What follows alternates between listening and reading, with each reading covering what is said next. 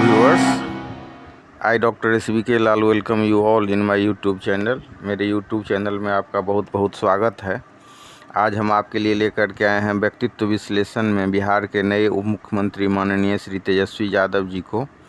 मेरे इस शीर्षक से बहुत सारे दर्शक चौंक गए होंगे, पर मेरा निवेदन है कि आप चौंके नहीं, वीडियो को अंत तक देखें, चैनल को लाइक शेयर और सब्सक्राइब करें तथा कमेंट बॉक्स में अपने विचार से अवगत करावें। माननीय तेजस्वी जी का जन्म बिहार के तत्कालीन मुख्यमंत्री श्री लालू प्रसाद के घर में हुआ। इनका जन्म 9 नवंबर 1989 को हुआ। ये शिक्षा दीक्षा में तो बहुत आगे नहीं निकल सके, पर खेल से लगाव इन्हें तत्कालीन क्रिकेट प्रोफेशनल के रूप में स्थापित किया। क्रिकेटर के रूप में ये दाएं हाथ से बल्लेबाजी करने वाले बल्लेबाज रहे और बॉलर के रूप में ये राइट आर्म बॉलर के रूप में जाने जाते थे। 2008 से 2012 तक ये दिल्ली डेयर डेविल्स और 2009 से 2013 तक ये झारखंड से खेलते रहे। श्री तेजस्वी यादव का चयन world cup winning U19 Indian national cricket team में भी हुआ था। उसके बाद ये पॉलिटिक्स में आए तो 2015 में ये राघोपुर विधानसभा से निर्वाचित हुए और 2015 से 2017 तक ये बिहार के उप मुख्यमंत्री चुने गए। 25 वर्ष की अवस्था में उप मुख्यमंत्री जाने वाले श्री तेजस्वी यादव का नाम बिहार के सबसे युवा मुख्यमंत्री चुने जाने का भी रिकॉर्ड है। सबसे कम उम्र में युवा उप मुख्यमंत्री के रूप में चुने जाने का रिकॉर्ड है इनका नाम। और इतना ही नहीं, 2020-2021 में इंडियन एक्सप्रेस द्वारा जो एक सूची जारी की गई 100 सर्वाधिक शक्तिशाली भारतीयों की सूची, इसमें भी श्री तेजस्वी यादव का नाम दर्ज है। 2020-2021 में जो लिस्ट इंडियन एक्सप्रेस के द्वारा जारी हुई थी। तो आइए इनके अन्य व्यक्तित्व के पहलुओं को पहले चर्चा कर लें। अभी जो हमने शीर्षक रखा है, अभी हम लोग जो बात कर रहे हैं भावी प्रधानमंत्री के रूप में इनको होने की संभावना के बारे में। तो इससे पहले व्यक्तित्व के जो अनेक पहलू हैं, इससे थोड़ा सा रूबरू होते हैं। प्रारंभ में जब इनकी उम्र अत्यंत कम थी तो इनका मुकाबला राजनीति में, या यूँ कह लीजिए भारतीय राजनीति में, माननीय प्रधानमंत्री नरेंद्र मोदी से हुआ था। तब इन्होंने अपना पक्ष चाय वाले के मुकाबले दूध वाले के रूप में रखा था।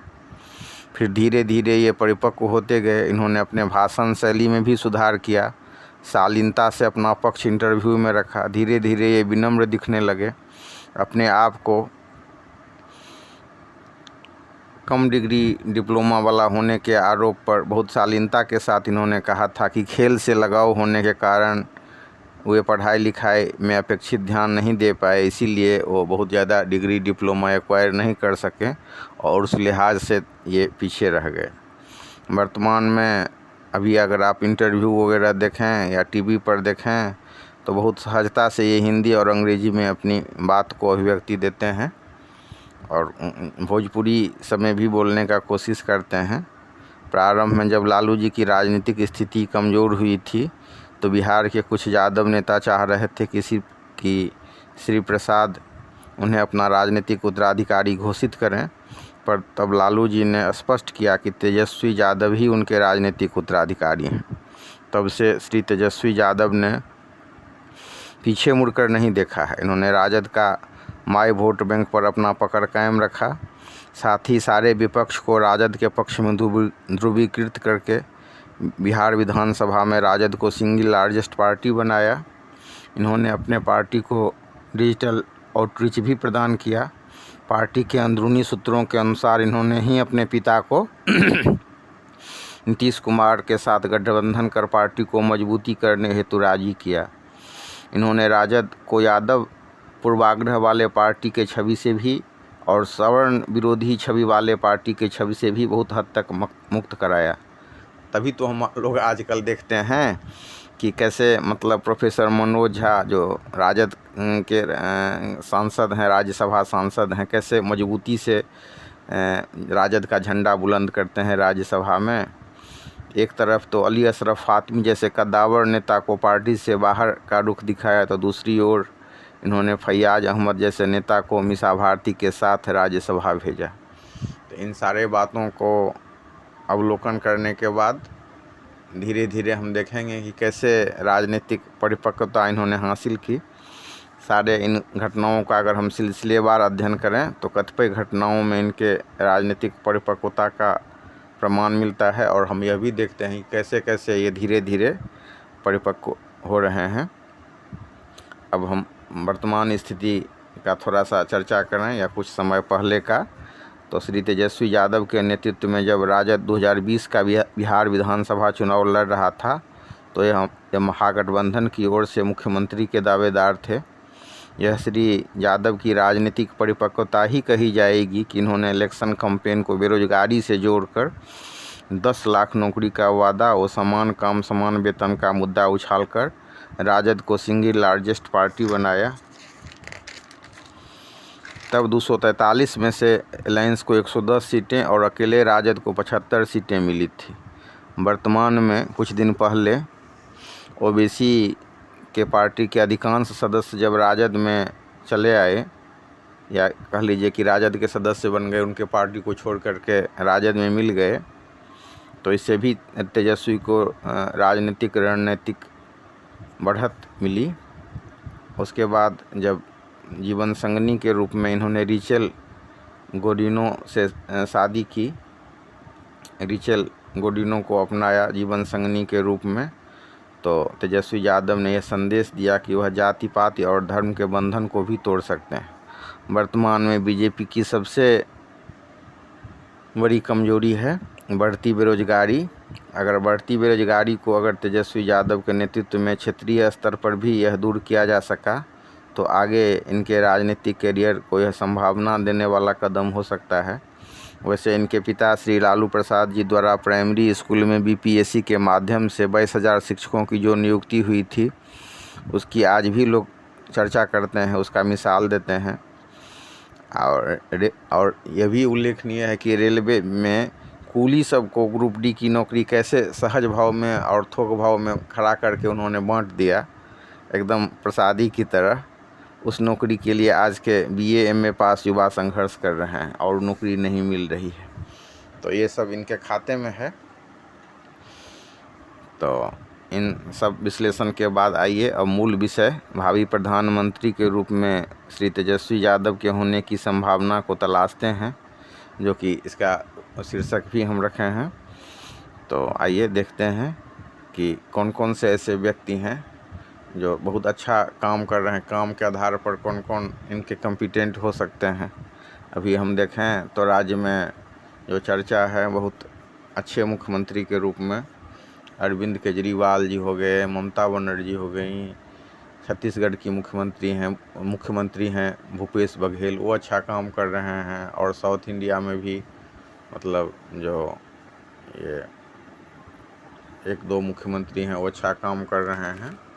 तो इन सब अच्छे मुख्यमंत्री के बीच में तेजस्वी जी पर जो हमने अभी जो मैंने शीर्षक दिया है और उनके प्रधानमंत्री होने की संभावना को हम तलाश रहे हैं, तो आप इसके प्रासंगिकता पर सवाल उठा सकते हैं कि आप ऐसे कैसे कर रहे हैं, तो मुख्यमंत्री भी नहीं हैं, तब कैसे इनका ये कर रहे हैं।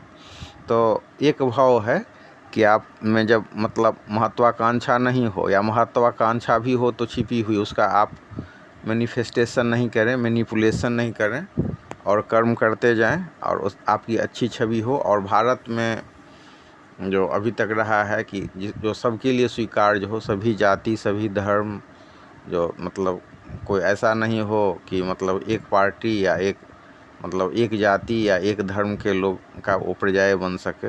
अभी मुख्यमंत्री के प्रधानमंत्री जो अभी के वर्तमान प्रधानमंत्री हैं माननीय नरेंद्र मोदी, उनकी भी संपत्ति उनकी भी है कि हर एक वर्ग और जाति में उनकी स्वीकार्यता है। कुछ विवाद उत्पन्न करने की कोशिश की गई, लेकिन सुप्रीम कोर्ट ने कहा, और भी भाजपा के जो लोग इस चीज़ को रेखांकित करते रहते हैं कि सबका विकास, सबका साथ को की भावना से भाजपा आगे बढ़ रही है।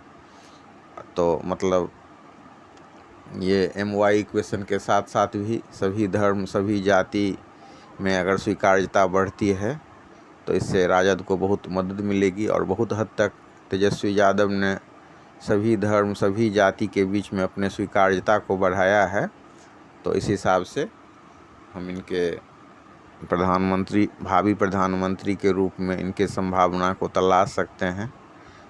तो हम देखेंगे कि जो अन्य अच्छे काम करने वाले जो मुख्यमंत्री हैं उसके बीच में जो मैंने ये नाम दिया है, चाहे मतलब उसकी प्रासंगिकता को तलाश कर रहे हैं तो इसका क्या सब मतलब स्वरूप है, कौन सी ऐसे बिंदु हैं, कौन सी ऐसी बातें हैं जिसके कारण मेरे मन में ऐसी भावना आई और मैं आप लोगों तक शेयर कर रहा हूँ इसको। तो हम लोग देखते हैं कि मतलब अगर सब पूरे बात को विश्लेषण किया जाए तो हम देखेंगे कि मतलब भावी प्रधानमंत्री के रूप में श्री तेजस्वी यादव के होने की संभावना की अगर हम बात करें तो सबसे ज़्यादा इनका मुकाबला पश्चिम बंगाल के मुख्यमंत्री ममता बनर्जी और दिल्ली के मुख्यमंत्री श्री अरविंद केजरीवाल से होगा। अगर भविष्य में हम देखें तो उनके मुकाबले में ये ज़्यादा ऊर्जावान है, एक प्लस पॉइंट ये है। दूसरी बात है कि ममता बनर्जी की छवि विकास के प्रजय और सर्वस्वीकार्यता को लेकर विवादास्पद स्थिति में है। तब ऐसी स्थिति में ले दे करके भविष्य में इनका मुकाबला श्री अरविंद केजरीवाल से होने वाला है, जिनका अभी पंजाब में लोग सफल होने की उम्मीद कर रहे हैं और कुछ प्रतीक्षा भी कि आपकी सरकार पंजाब में सफल हो पाती है या नहीं। तो इस हिसाब से अगर हम देखें तो श्री तेजस्वी यादव जो अभी मुख्यमंत्री भी नहीं बने हैं, पर जनमानस उनकी ओर देख रहा है कि वे कैसे 10 लाख लोगों को नौकरी दे पाते हैं। बहुत बड़ी रणनीतिक बढ़त हासिल की थी तेजस्वी यादव ने जब मतलब इस विधानसभा का वो चुनाव लड़ रहे थे 2020 का। तो उन्होंने नौकरी का जब मुद्दा दिया तो इससे बहुत प्रेरणा भी मिली लोगों को और एक मैसेज भी गया कि जो पार्टी जाति पाति की पार्टी करने वाली है, जो जाति की राजनीति करने वाली है, जिस पर जंगल राज का ठप्पा लगा है, उसने पूरे के पूरे इलेक्शन कैंपेन को बेरोजगारी पर केंद्रित कर दिया। जातीय और धार्मिक ध्रुवीकरण से जो इलेक्शन लड़ा गया वो बेरोजगारी के पर केंद्रित हुआ और 10 लाख इनका जो रोजगार देने की बात हुई थी उस पर सवाल भी पूछा गया।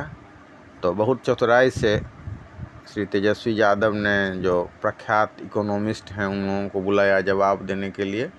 प्रभु चावला जी जैसे व्यक्ति लोग जो जवाब दे रहे थे कि कैसे सीट खाली है, कैसे वित्तीय प्रबंधन होगा, कहाँ से पैसा आएगा, कैसे दिया जा सकता है।